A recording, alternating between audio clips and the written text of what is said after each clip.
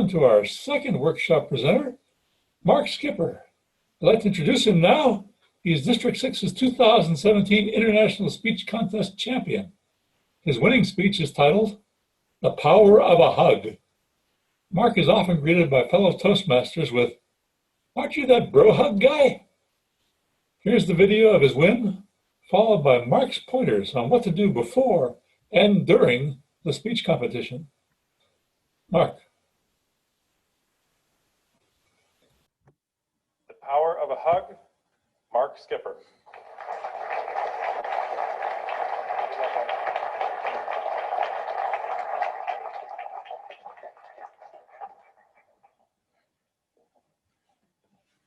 Listen closely to the question I am about to ask, because the answer could save someone's life. Mr. Toastmaster, members, and guests. Question. Let me see a show of hands of who likes to hug. Just as I thought. Half of the room would raise their hands, and 100% of them would be women. It's something about women that they understand the power of a hug. They know that hugs, it changes energy.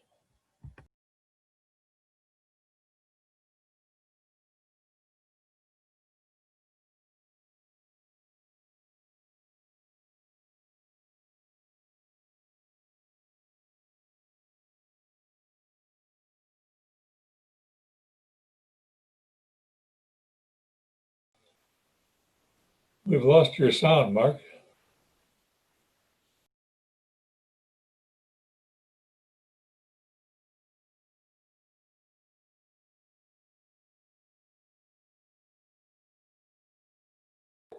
How we feel about Can you hear it now? Let me share an experience that I had. In fact, every summer,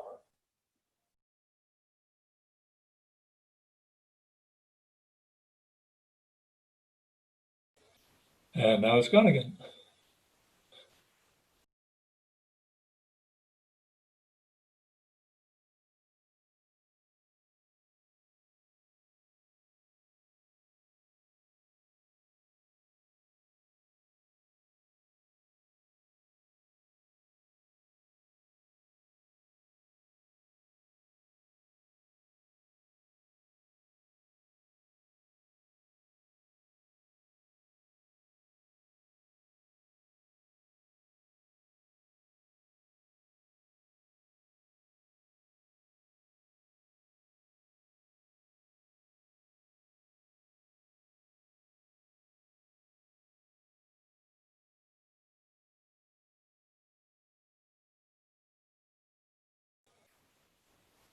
Mark, try keeping yourself unmuted.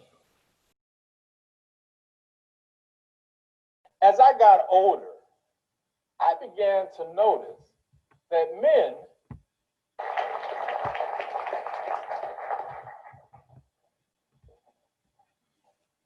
listen closely to the question I am about to ask, because the answer could save someone's life. Mr. Toastmaster, members, and guests. Question. Let me see a show of hands of who likes to hug. Just as I thought. Half of the room would raise their hands, and 100% of them would be women. It's something about women that they understand the power of a hug. They know that hugs exchanges energy, that it makes people feel safe and makes them feel secure. Men, it's a different story. We don't quite understand the power of a hug. So I hope over the next few minutes to share why it is important for you and me to hug. Because I'm a man, I understand that it's not natural for us to hug. But I also believe some of our past experiences may have impacted how we feel about hugs. Let me share an experience that I had. In fact, every summer, my family would go down to visit my mother's sisters. And my mother's sisters would give me what I call auntie hugs. Or a better name for auntie hugs might be the hug of death. We would go to visit Aunt Mayreen, and Aunt Mayreen would see me walk in the door, and the first thing she would say, "Look at that big-head little boy. Ooh, you got a big head. Come here and give me a hug." And let me tell you, I mean, like I said, it would be so tight and I can barely breathe. I hated being hugged. But as I look back as an adult at that experience, I have to admit, it made me feel loved, it made me feel safe, it made me feel secure. I guess there's really power in a hug. As I got older, I began to notice that men were beginning to greet other men with a hug similar to what women currently do. But it was a little bit different. In fact, we call those bro hugs. And for the women out there, you're trying to figure out, what is a bro hug? Let me give you a demonstration of a bro hug. So you're out and about and you see a friend. "Hey, Mike," your friend says. "Hey, Mark." The first thing you do, you step up and you give them an aggressive handshake. The second thing you do, you both pull each other close, almost like you're doing a chest bump. Third, you both take your left arm and you wrap it around the back of the other. Now, ladies, this is the most important part, so pay attention. You give 2 quick pats on the back. Pop, pop. Then you gotta let go.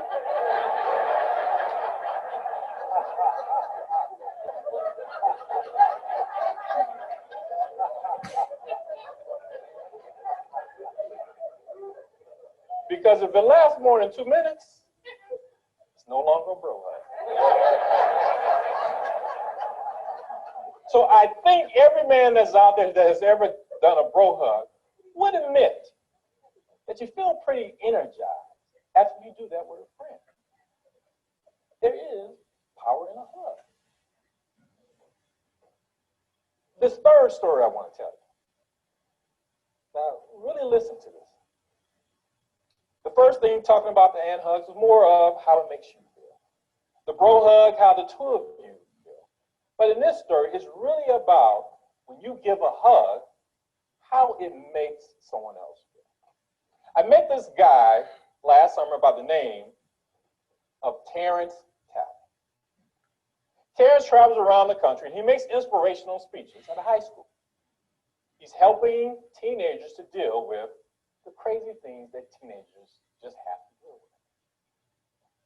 Well, one of the things he does at the end of every speech, he offers to the students to come down, stand in line, and receive a dad hug. Well, this one particular time, he gave his presentation. It was no different than any other time. He made the offer to the students, if you'd like to receive a dad hug, come on down. The line whipped around of kids that are standing in line just to get a hug. So one by one, the students came up, and Terrence gave them a hug. From his right peripheral, Terrence saw that there was a young man dressed all in black with black fingernails that was pacing back and forth. Terrence thought to himself, that's a little strange, and then he focused back on the students and continued to give them all a hug. As the last student came through, got that hug, that young man whipped around in front of Terrence, pointed his finger in his face and said, "You made me feel something."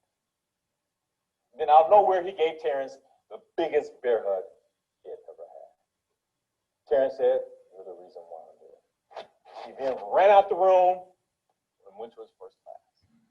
In that class, none of the students would ever talk to that young man. This time was different.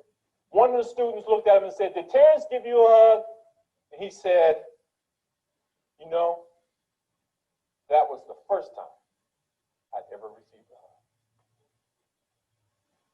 One by one, those students walked up to that young man, and they each gave him a hug. Apparently, that was too much for him. He felt a tear coming out. He let go, and then he ran out the room. This time, he went to the principal's office. He walked in, and he was crying. The principal asked, "Why are you crying?" And he began to share his story. The young man stopped. He reached down into his book bag and pulled out a gun. He set the gun on the desk and said, "Today, I was about to kill myself."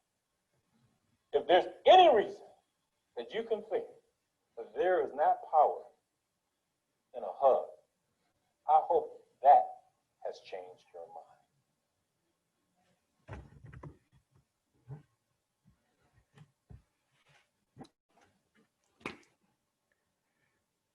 That was one of the most fun that I had ever had giving a speech that particular day. It was a lot of fun because felt the energy. I felt like I was flowing. It was a great experience. The same type of experience that each of you that are here right now that plan to participate in the next speak competition, you have the same opportunity to feel the same way that I felt that day. Over the course of the next few minutes, I'm just going to share with you about 10 things that I believed helped me to prepare for that day to give my speech at District 6 International Speech Competition. And then I'll talk and I give you 4 things on what I did the day of that competition. Hopefully some of these things, there might be 1 or 2 things that you can use that's going to help you become a better speaker to possibly win an upcoming competition. So one of the first questions someone asked me, they sent this question to me ahead of time is, so how do you know what is a good speech for international competition? I used to ask the exact same question. How do they come up with those exciting, fun speeches? First thing I would highly recommend is that you find something that's personal to you. Think about maybe taking 30 minutes to sit down and just start writing different experiences that you had throughout your life. You might start all the way back to, let's say, up until the time you were 10 years old. What kinds of experiences did you have? Me, I was in the Cub Scouts, so that's the kind of thing I would write down. I was always chased by dogs, it seemed like every single day after school. So that was one of the things that I wrote down. So what happened between the time of 10 years old, let's say, until 18 when you graduated from high school? Were you involved in sports? Did you play any instruments? Did you have some fun experiences during that period of time? Was there a teacher, or did your parents have a significant impact on something that made a big difference in your life? And what I found is once I made this long list, I said, wow, there might be some good stories in what I've written down here. So the first thing is just make a long list of things. And one of the things you'll find is that things will start coming to mind that you had never thought about before. You start remembering things that, wow, that really was a fun time, or that was a interesting experience. So write it down. one of the very first contests that I was in was about taxes. Now, you might be saying, taxes? How is that a fun or interesting, inspirational speech to give? Well, the way that I came up with that was that I sat down and was doing exactly what I was sharing with you, writing down, thinking about different experiences that I had. One of the things that I did, I probably was about 8 years old, was in Grand Rapids visiting my aunt. We would stay there, my sister and I, for 2 weeks every summer. My parents would send money to us, and then we'd take that money and go to the store and buy something. Well, I had my eye on a G.I. Joe with the Kung Fu grip. I was so excited. The G.I. Joe said 1999. $19.99. My parents had sent me $20, so I was set. I could buy it. Well, when I went through that line, the cashier took the G.I. Joe, and then she said, "Sir, that will be $21.57. Ma'am, it says right here, $19.99. My aunt tapped me on the shoulder and said, "Mark, you have to pay the tax." From that point on, I hated taxes. So I took that experience with the G.I. Joe with the Kung Fu grip, and that turned into a speech that took me a couple of levels before I unfortunately lost. But it was, once again, an experience that I had personally had. Another thing that I believed helped me to develop ideas is I watched YouTube videos of other winners of the international competition. If you just go on YouTube and you put down Toastmasters international competition, you will see speakers from 10, 15, 20 years ago. To just give you an idea of the types of speeches that will take you all the way to the very top. So definitely looking at what other people are saying and what they're doing as well.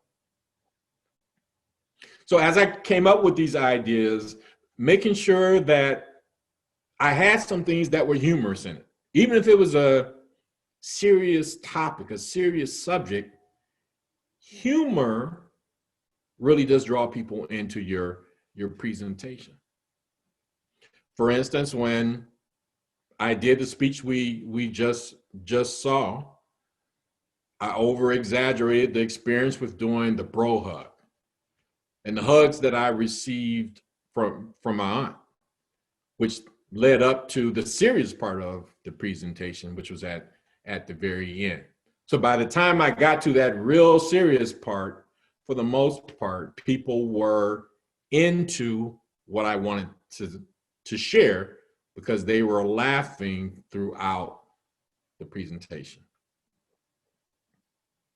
The fourth thing is try to find something out of these different experiences that you have that's going to be inspirational, that's going to cause people to say, "I can do that," that they can personally relate to and say, "I can make that happen." 5, one of the things you may have noticed in that speech, that I had a transition phrase that I used between each of my little stories.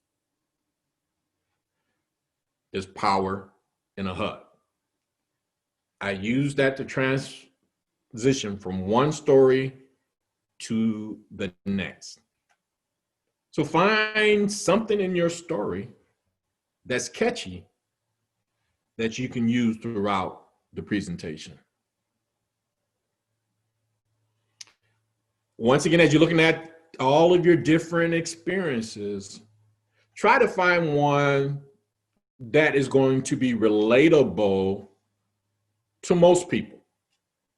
You know, every experience that we have, a lot of our experiences are unique, but there are many experiences that we have that most people can relate to.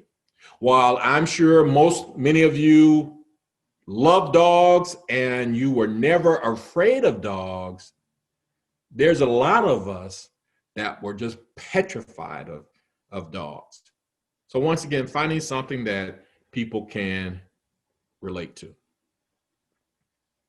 Practice. Practice until you can do it in your sleep. Practice until the muscle memory is such you could give your speech sleep, walking backwards, doing some other task, you could recite your speech. And here's 4 ways for me, that helped me to be able to do that. Jim mentioned it during his presentation, and that's using videos. And if I can see by a show of hands, has everyone seen themselves on a video, giving a speech or presentation?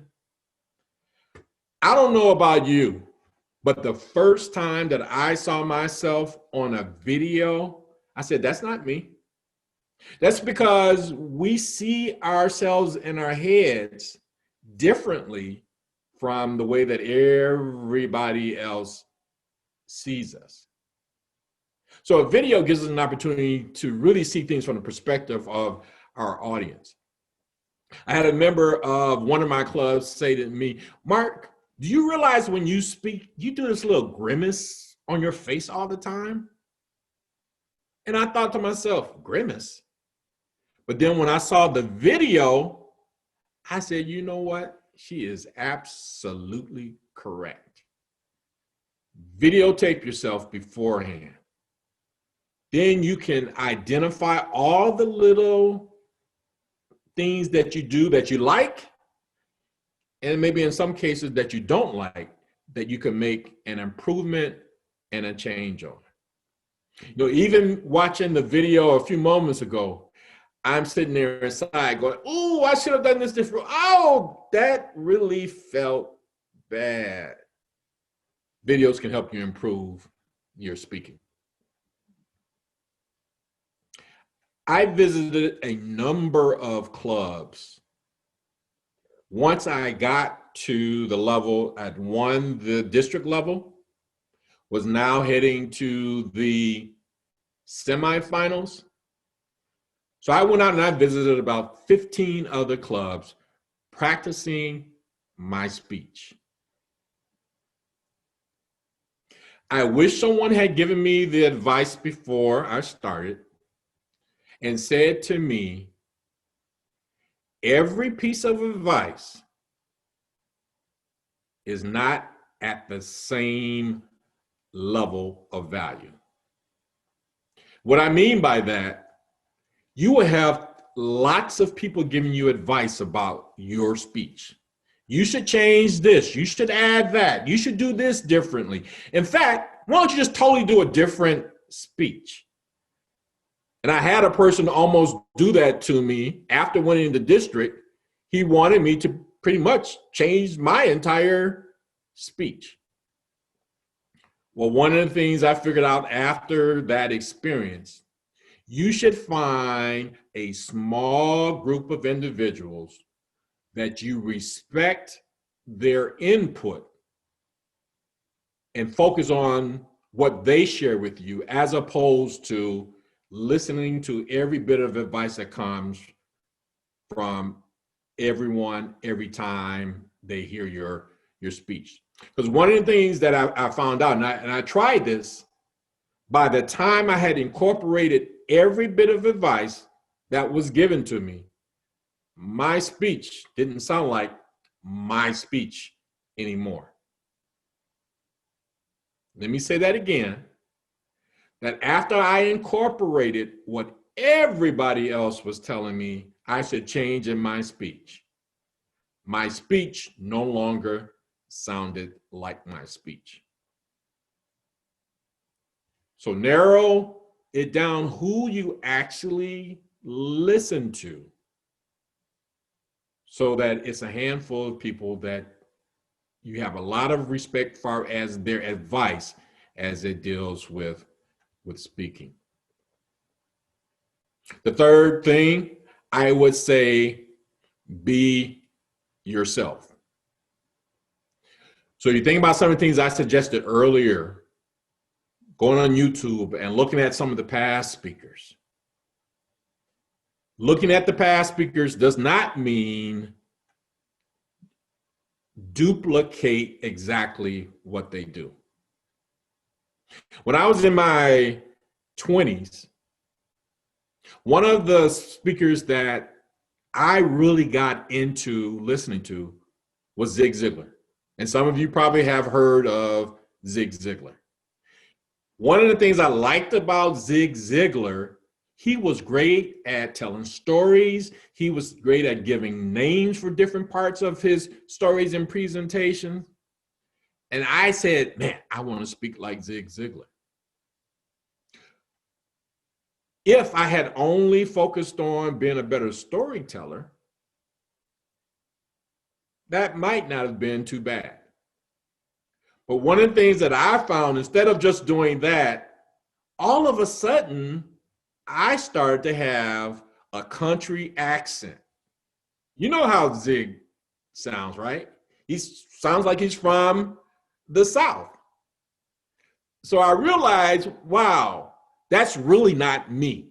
So you have to be very careful. Even though you listen to other speakers, you get ideas from them, you still want to be yourself. Take the techniques maybe, but don't start using the exact type of cadence that they have, speaking in accents. You really don't want to do that. Because one of the things is a fact. No one else can be a better you than you. Be unique, be yourself. The fourth thing that helped me was before the day of the actual contest, I would always go and visit the location. When no one else was around, when there wasn't any stress, any pressure, I would go to that location and I would walk around the room. I would stand on the stage so that I would feel comfortable. So that the day of the presentation, of the speech, of the contest, I had already made that space my space. You've heard people say, this is my house. Well, by the time the contest day came, I had made that my house because I had already walked around, kind of hung out there. So those were the key things that I did that I believe that really helped me a lot leading up to the contest. So what are some of the things that I did on the day of the contest? And I will share, there's about 4 or 5 things that I believe helped me a lot. The first thing that I did was use my Toastmaster training. And when I say use my Toastmaster training, you know what I mean. All the things that we learn far as eye contact and using a smile and our body language, voice variation, the use of pauses. And I think Jim mentioned pauses as well. Pauses are so powerful. A pause can emphasize the important point that you are trying to make. A pause gives your audience an opportunity for the thing that you just said to marinate in their minds. Because you don't want to say something that should be a funny line or something that's powerful, and you say it, and then you just keep on talking. You have to give them a chance to let it soak in. Let it soak in. So that particular point from Toastmasters, I believe helped me a lot on the day of. And as I said, before that day, I visited the location. The day of as well, I went up on the stage when no one else was in the room, walked around and made sure that I felt comfortable with every inch of that stage. And of course, you'll have an opportunity to practice with the microphone to make sure that you're either holding it right or that it's on your clothing in the right way. But the point is to be completely comfortable with all the technical part of being on that stage. The second thing, so I've gotten there earlier and I have done what I call hang out with the stage, just getting used to the stage. As it got time for the contest, I began to mix and mingle. As opposed to finding a quiet place to go somewhere and practice in my head my speech, I found that going and mingling with the audience made me feel more comfortable. It took away some of the nervousness that I had. I think mingling also creates a good feeling with the audience about you. You see, most people want you to succeed when you stand up and speak in front of them, or they're making a presentation. By you going around and just introducing yourself, having a very short conversation with people, relaxes you and also relaxes them. So that by the time you get on that stage, you're not speaking to a room full of strangers. You're speaking to a room full of people who are now your friend. So consider having your speech, the practice, having all that done before you get there so that you have time to truly mix and mingle. So the next one, remember that you are on stage even when you're not. So what do I mean by that? When you're at a competition, the person before you will be giving their speech. And then typically you will be asked to come and stand in a certain spot close to the stage. Remember, the moment you get up there, everybody is looking at you. So if you're standing there without any energy, you're just slumped over, you are already setting the wrong expectation for the audience. So when you're called up, you want to stand straight up. You want to put a smile on your face, because when you put a smile on your face, it says that I'm confident, I'm having fun, I'm ready to have a good time. So remember, even before you're on that stage, you are actually on stage. And then the last thing I would say, once you make it to that stage, chances are you're going to be a little nervous. You're going to feel the butterflies flapping around. But typically after the first sentence or so, you'll start to calm down. And think about when you're on that stage, you're not in a competition, but you are having a conversation with good friends in your kitchen. And that's how I looked at it, that I was just being myself, having conversations about, in this particular case, about hugs. And the nervousness went away quickly. And then I really rode the feel of the crowd. Because once they laughed at that very first thing, from that point on, I was ready to go. And I think that you'll find that to be the case as well. That once you get on that stage and they laugh, that's it. The audience is yours.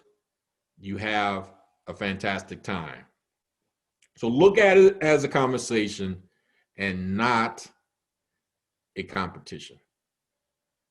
So those were the things that I think that really helped me in 2017 and helped me in other competitions that I've done since then.